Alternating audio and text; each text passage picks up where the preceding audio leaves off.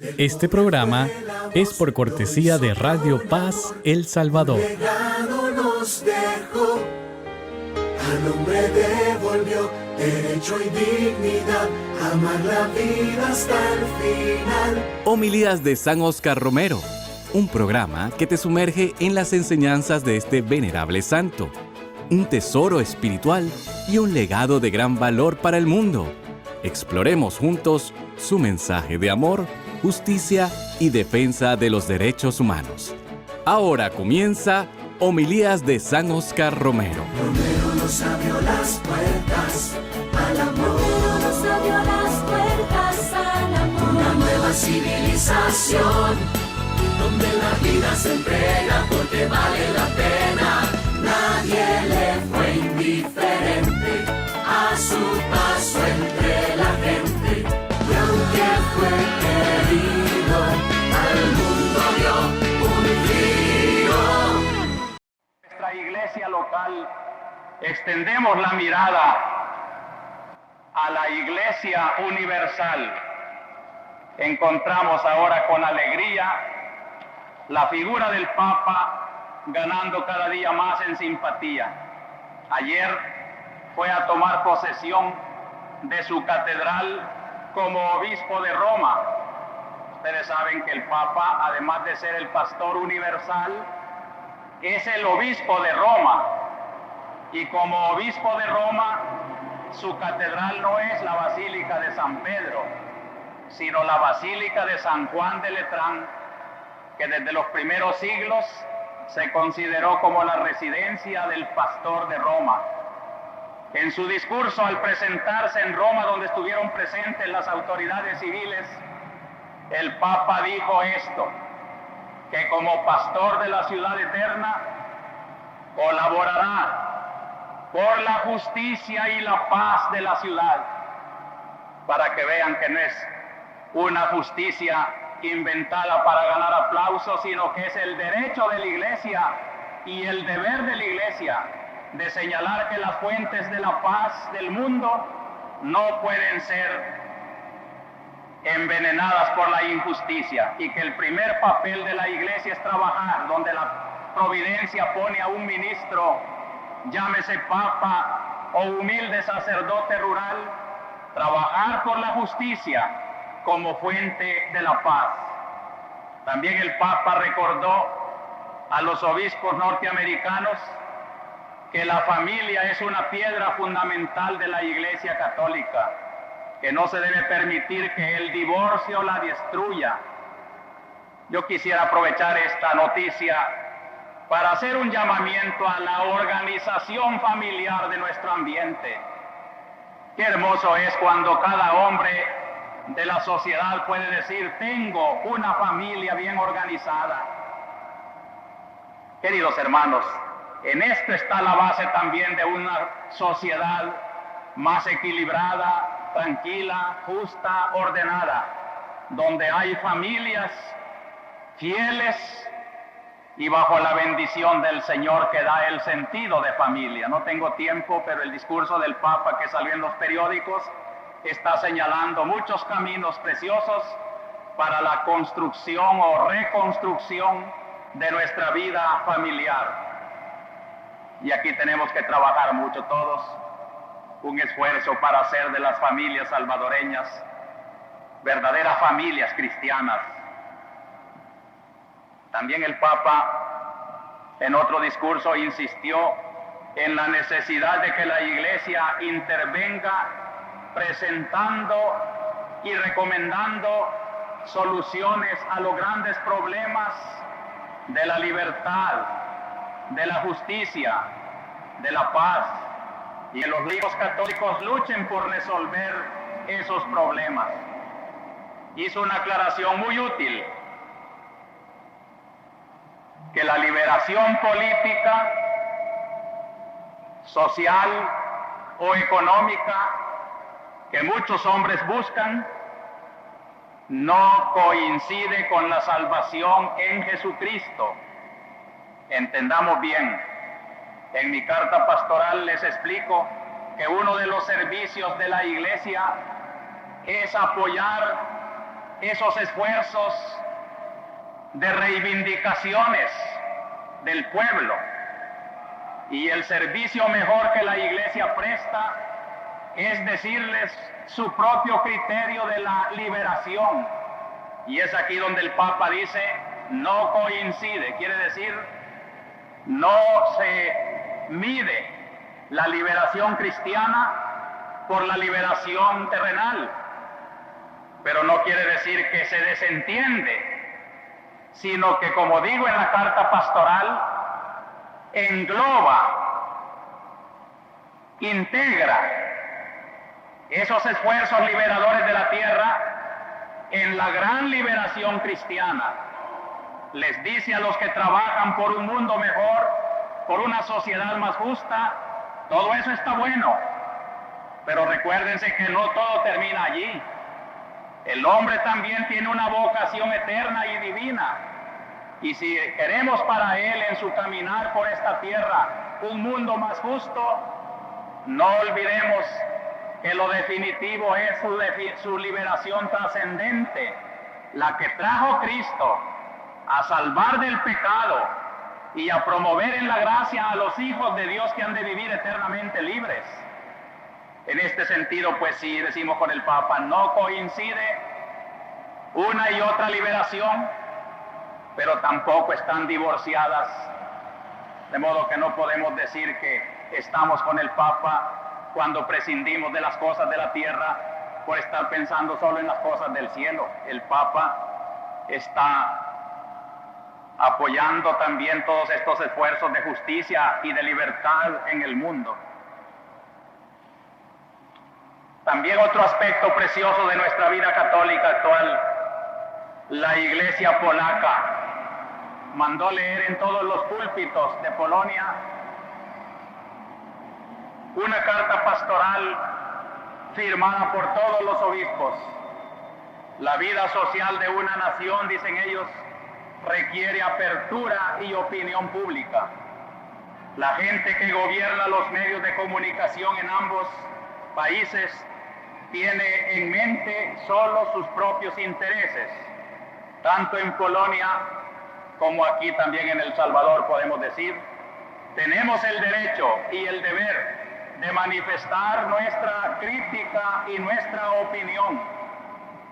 Si no se aprecia este esfuerzo de libertad, ello significa, dicen los obispos polacos, que nos tratan meramente como objetos para que los que han tomado el poder manipulen a los ciudadanos desprovistos de la posibilidad de pronunciar públicamente sus opiniones.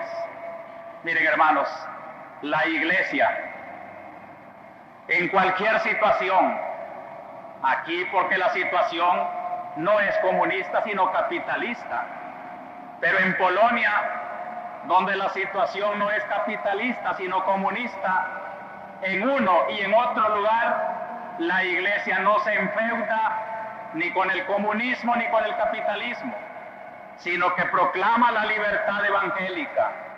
Sepan leer los periódicos, les he dicho muchas veces, porque lo que aquí dicen los obispos polacos es triste, que aquellos medios que tienen el deber de informar y de satisfacer ese derecho de información que tiene todo hombre, son a veces instrumentos que se dejan manipular por el poder político o económico para distorsionar, para falsear las noticias que ya no son información, sino que se convierten, eso sí, en política verdadera.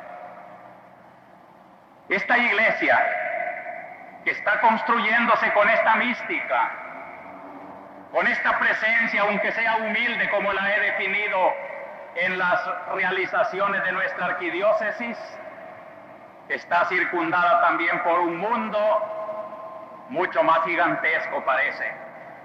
¿Cuántas veces me viene la idea de el pobre David frente a Goliat? La Iglesia es David, pero David le pudo decir a Goliat, cuando se reía de él por su pequeñez, tú vienes a mí apoyado en tus ejércitos y en tus fuerzas, yo voy a ti apoyado en el nombre del Señor.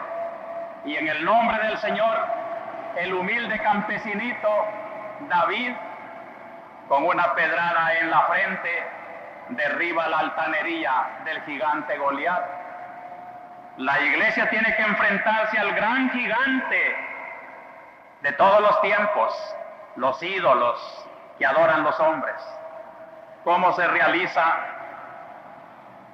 Lo voy a decir al final, porque antes yo quiero que nos fijemos que toda esta iglesia de la cual les acabo de hablar como realización concreta aquí en la arquidiócesis, en Polonia, en Roma, en donde quiera que esté, es la misma iglesia que precisamente este domingo 24 de septiembre está leyendo en todos sus templos lo que aquí han leído los jóvenes lectores.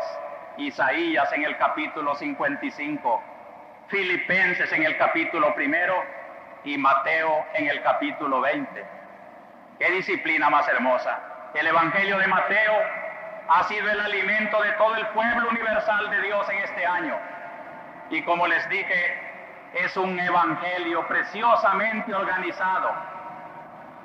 He estado mandando a muchas personas que lo han pedido el esquema del evangelio que se encuentra en el prólogo de los evangelios sinópticos, en la edición de la Biblia de Jerusalén. Todos los pasajes que habíamos leído los domingos pasados se refieren a la iglesia Reino de Dios como comunidad que ya se inicia aquí en ustedes, nosotros, los hombres, que creemos en ese Cristo y lo seguimos. Y nos ha dado en esos capítulos las normas, cómo debe de ser esta comunidad. El jefe, que es fundamento, el Papa. Las perspectivas. Ahora pasa a una sección ya casi final. El año eclesiástico está terminando también.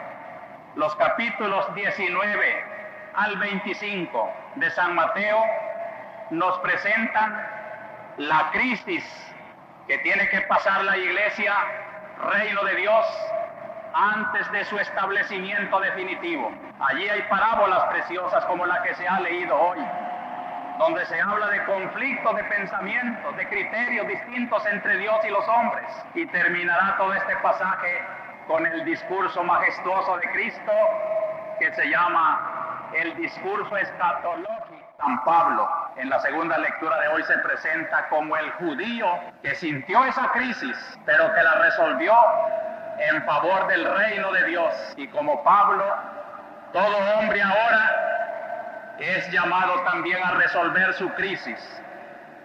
Si en esta hora, 1978, no hay hombres con crisis religiosas, no es hombre de su hora. No me extraña que hayan crisis. Muchos ya la resolvieron, como San Pablo. Otros la resolvieron como Pablo las hubiera podido resolver, odiando a la iglesia. Pero miremos primero cuál es el pensamiento de Dios en las lecturas de hoy. Qué bonito terminaba hoy Isaías. Mis pensamientos no son como vuestros pensamientos. Como está elevado el cielo sobre la tierra, mis caminos también están elevados sobre los caminos de los hombres. Y cuando se desenlaza la parábola de Cristo hoy, que nos está abocando a la crisis que va a sufrir Él en su propia vida, porque ya en esta sección se comienza a narrar la pasión de Cristo. Cristo dice, ante la crítica de los trabajadores de la viña,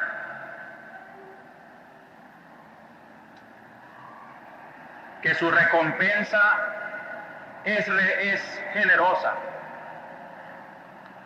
que no es como ellos piensan, como Él recompensa a los hombres. Porque ustedes son miserables en sus cálculos, quieren que yo, Dios, no sea bueno. ¿Cuál es el pensamiento de Dios?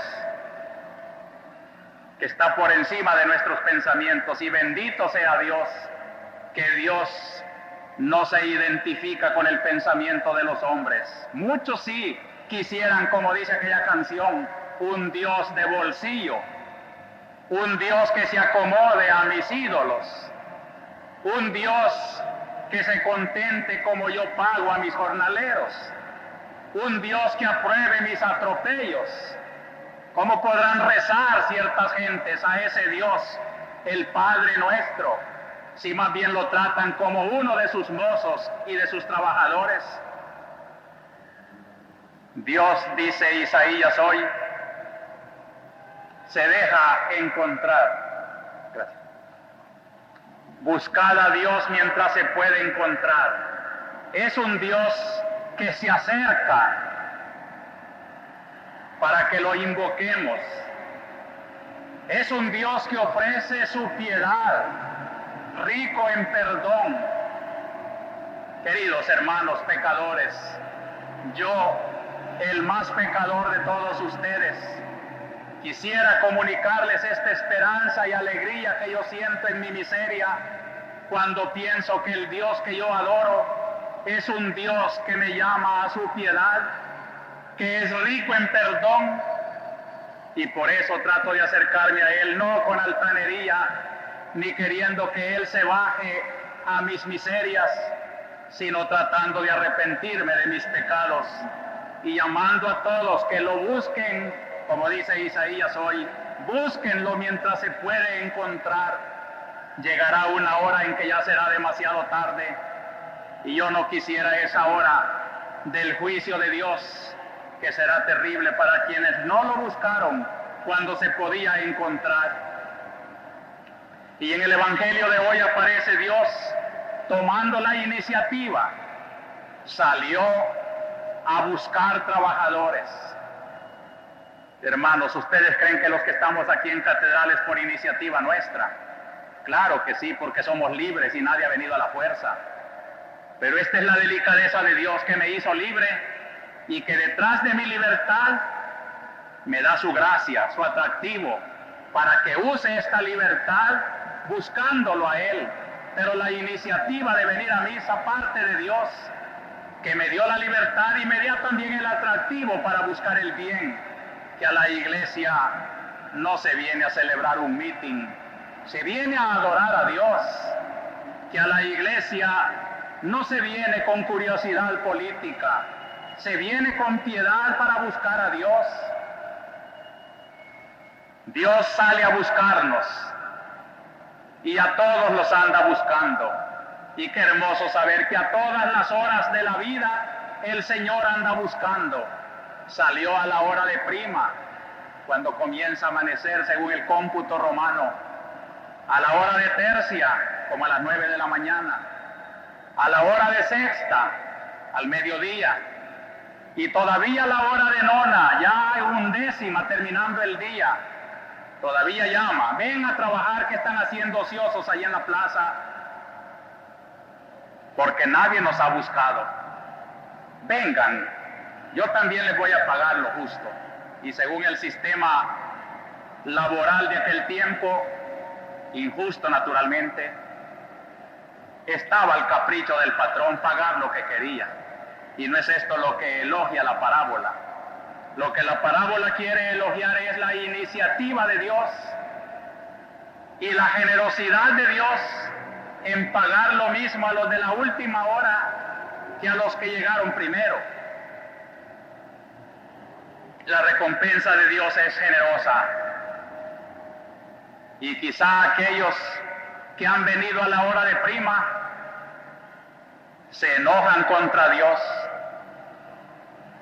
porque se sienten dueños de la iglesia. Nosotros los buenos, ustedes los malos que acaban de llegar. Y quisiéramos que a ellos les pagara menos que a nosotros, que nos sentimos los que hemos hecho a Dios como un deudor de nosotros. Hermanos, ante Dios, y aquí estamos conociendo a Dios, el Dios que se nos revela, es un Dios que aunque llame al pecador más grande a la última hora de su vida, el amor con que ese hombre retorna y reconoce a Dios. Recuerden a Dimas, el buen ladrón: acuérdate de mí cuando estés en tu reino. Y Cristo a ese ladrón ajusticiado le dice: hoy mismo estarás conmigo en el paraíso. Qué rico en perdón y en misericordia es Dios. Ante Dios no tenemos privilegios ni derechos. Si lo hemos servido desde nuestra más pequeña juventud, bendito sea Dios, hemos usado bien la vida. Pero eso no nos da derecho a sentirnos dueños de la iglesia, aunque seamos los obispos, aunque seamos los sacerdotes. Podemos estar más necesitados de la misericordia de Dios que el pecador que acaba de convertirse y por su amor tal vez está más cerca de Dios de quien se siente dueño de la iglesia. Dios es bondadoso. Nadie puede juzgar sus iniciativas. Apelar a su misericordia, pedir como el buen ladrón siquiera un recuerdo de Dios, y Dios me dará más que un recuerdo. Estoy tratando de presentarles el Dios de la Biblia, el Dios de las lecturas de hoy. Así es nuestro Dios, bendito sea Él, que nos ha dado a conocer cómo llama a todas horas, y a todas las horas está dispuesto a recibirnos. No importa los crímenes que hayamos cometido. Por eso, hermano, vuelvo a repetir lo que aquí he dicho tantas veces, dirigiéndome a través de la radio a aquellos que tal vez son los causantes de tantas injusticias y violencias, aquellos que han hecho llorar a tantos hogares, aquellos que se mancharon de sangre con tantos asesinatos, aquellos que tienen sus manos manchadas de tortura, aquellos que han encallecido su conciencia, que no les duele ver bajo su bota a un hombre humillado, sufriendo, tal vez ya para morir. A todos ellos les digo: no importan tus crímenes, son feos, horribles. Has atropellado lo más digno del hombre, pero Dios te llama y te perdona. Y aquí tal vez viene la repugnancia de aquellos que se sienten trabajadores de la primera hora. ¿Cómo voy a estar en el cielo con esos criminales? Hermanos, en el cielo no hay criminales. El más grande criminal que se arrepintió de sus pecados es hijo de Dios ya. La prostituta María Magdalena, cuando lloraba con sus lágrimas sus pecados, la sociedad la seguía señalando. Miren, si fuera profeta, se diera cuenta quién es la que lo está tocando. Pero Cristo se vuelve para defenderla. Ya no es pecadora. Ha amado mucho, se ha arrepentido de sus culpas. Ya es Santa María Magdalena. Los pecados del pasado no cuentan, se deshacen. Por eso la justificación cristiana se llama renacer. Y así le dijo Cristo a Nicodemo: si no renaciereis de nuevo.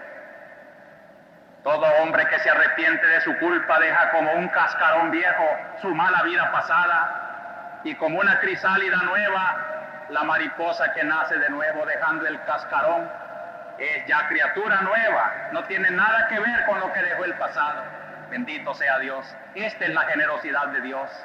Nosotros no lo podemos comprender, porque sí sabemos decir esto tan cruel: lo perdono, pero no olvido. Eso no es cristiano. Dios perdona y olvida. Este programa fue por cortesía de Radio Paz El Salvador. Un legado nos dejó, al hombre devolvió derecho y dignidad, amar la vida hasta el final. Homilías de San Óscar Romero, un programa que te sumerge en las enseñanzas de este venerable santo, un tesoro espiritual y un legado de gran valor para el mundo. Exploremos juntos su mensaje de amor, justicia y defensa de los derechos humanos. Radio Paz, la emisora del Cordero de Dios. Romero nos abrió las puertas al amor. Nos abrió las puertas al amor. Una nueva civilización